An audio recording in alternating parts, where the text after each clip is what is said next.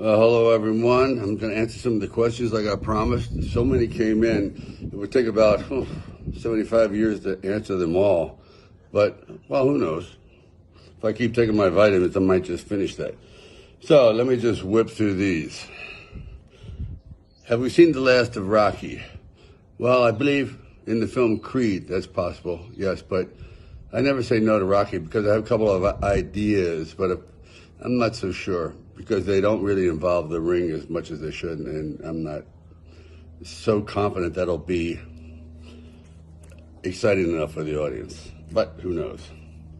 Are you writing a book? Actually, I'm starting one pretty soon, pretty much about the journey of getting here and trying to stay here and not staying here and then coming back. It'll be interesting.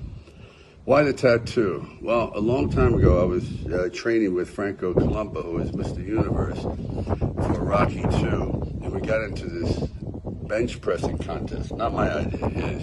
And I tore my entire pec off. It was very, very severe. So they sewed it back together. Big 60-inch scar. 60-stitch scar. But they did it in a twisted way, so it didn't show until maybe 10 years later that all these veins started coming out. And then they got as big around as my pinky finger, so they're pretty rough looking. And I went out and just decided, no, I don't want to see. Actually, you can see it a lot in the last Rocky Balboa. That was pretty bad. So I decided just to have it covered and kind of camouflage it. Then one thing led to another, then another, then another. But the origins were covering up an injury. Who's the favorite actor to do a fight with? Well, I love doing it with Dolph. The most intriguing one was Hulk Hogan, because you know, a guy that's 305 pounds and could move like that. It was amazing. But I really loved with those two guys. And Claude Van Damme was great. But the rugged fight I had was with, John Hertzfeld directed this film, a friend of mine of about 50 years, called Escape Plan 3, where they had all this choreography and blocking. And I don't believe in fights there's much blocking. I think that's more stage kung fu. A real fight is just a brutal assault. And there's a frenetic quality to it that you say, this is savage, this is survival. So I said to the fellas, please, let's not do this anymore. I want to go in there with this actor, Devin, and let it go for about 90 seconds. Just let it go, because most fights don't last more than 25 seconds before one person is in dire straits. So that was very, very, very, very rough and dangerous, because we had it, and I wanted him to come at me. I can't believe we pulled it off without more injuries, but that was it, I guess. Maybe I'm just getting too lazy to learn choreography. Let's see. Hardest Rambo scenes. Hardest Rambo scenes were falling through the tree in the first one. You had 3 different stuntmen. I was the bottom third, and I did it successfully the first time. The trick was to land and catch the branch in that fleshy part between the ribs and the hips. Did it. Director goes, the thing you don't want to hear. One more time for safety. Went through, caught the branch dead center in my ribs, broke them, and hitting the ground. So when you see me going, on the ground, that's real. Let's see. Oh, Rambo 3, that was unbelievable. That was pulling up. We hired a guy to do the horse stunt. We were playing with the dead sheep. That was very dangerous because it's on rocky ground and everything else. And one fall, he could be paralyzed. Anyway, for some reason, he couldn't do it. This guy could ride upside down, do spinning tricks, everything on his head. So I ended up doing it, and that was the nail biter. That was it. And also running in front of a tank and laying down and let it roll over you and then grabbing the bottom. There's something about a tank pressed against your nose that gets your attention. Inspiration for the line, nobody hits as hard as life. I was talking to my son about what the future is all about, and for some reason that came up. No one punches harder than life. And I thought, wow, that is true. That is true. Life is undefeated. Can't beat it. You just have to go on the defensive. But that's where that came from. Private conversation. Let's see. Tango and Cash's funniest moments, definitely in the shower. We were making kind of derogatory comments about our manhood.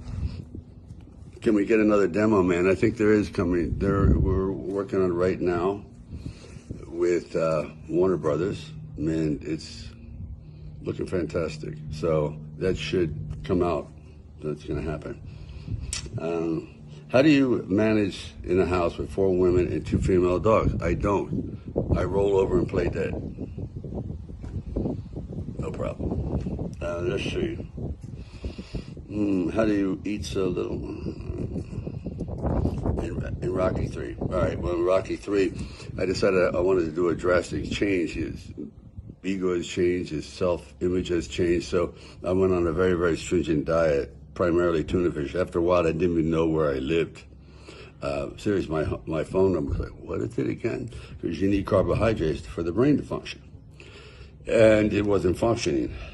But to act, to write, to direct, and fight, and do all that stuff was accomplished by about 35 cups of coffee and these little brown, kind of oatmeal, brown rice cookies, about that big, that I'd pop in my mouth maybe every 15 minutes to keep my glycogen going.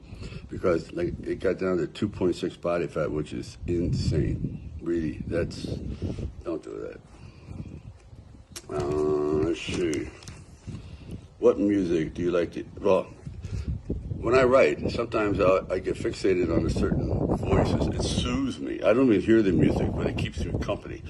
So any music that keeps me company. So right now I'm fixated on Michael McDonald, who I think is the greatest singer ever. He just epitomizes the word soul and technique. Any role that you ever gave up. Every actor has, and we all have regrets. The roles I gave up were Witness, Coming Home, which John Voight won the Oscar for, Die Hard. I was asked to do it, but I didn't follow through. A couple of Quentin Tarantino films, not because I didn't want to be in it, because I was not available, which is usually the case when we blow it. What is my favorite activity in quarantine? Getting to know my family better. Usually you're gone 75% of the time. Now you're there and you actually look in their eyes. And you say, this is fantastic. I'm being provided this opportunity, which won't be around much longer. They'll move out of the nest. So I am just cherishing these moments. Let's see.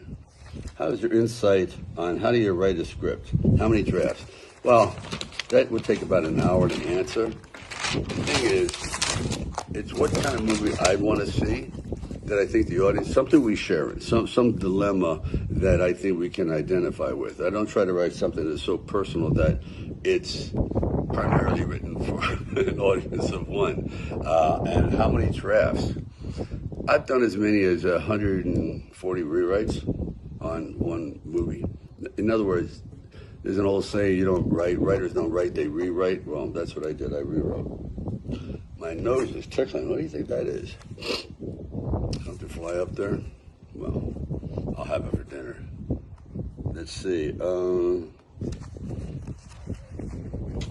If you could go back in time and, no, maybe I'll answer that last. Tell me a secret. Okay, tell me a secret that you can talk about, that you shouldn't talk about today. Okay, we're making the movie Hunter. That's going to happen. So, there it is. That's been in the works for like 20 years.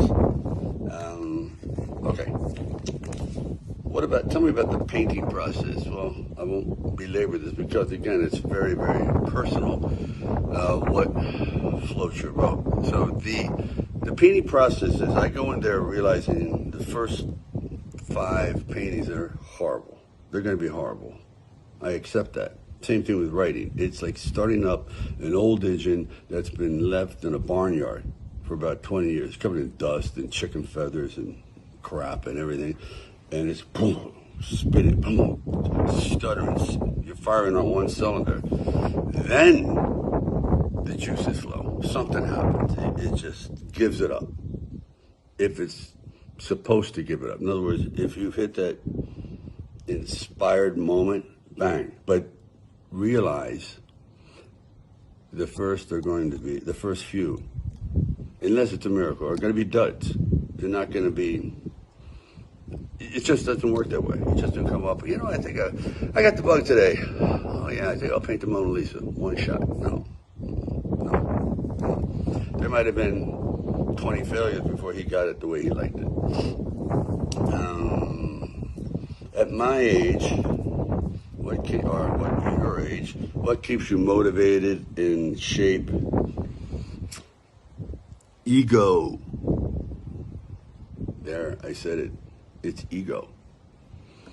That's the fuel. I'm very competitive with other people, but even more with myself, and that's a drag because I can rationalize not doing it in competition with other people, but you can't rationalize it yourself. You just feel like, come on, push back.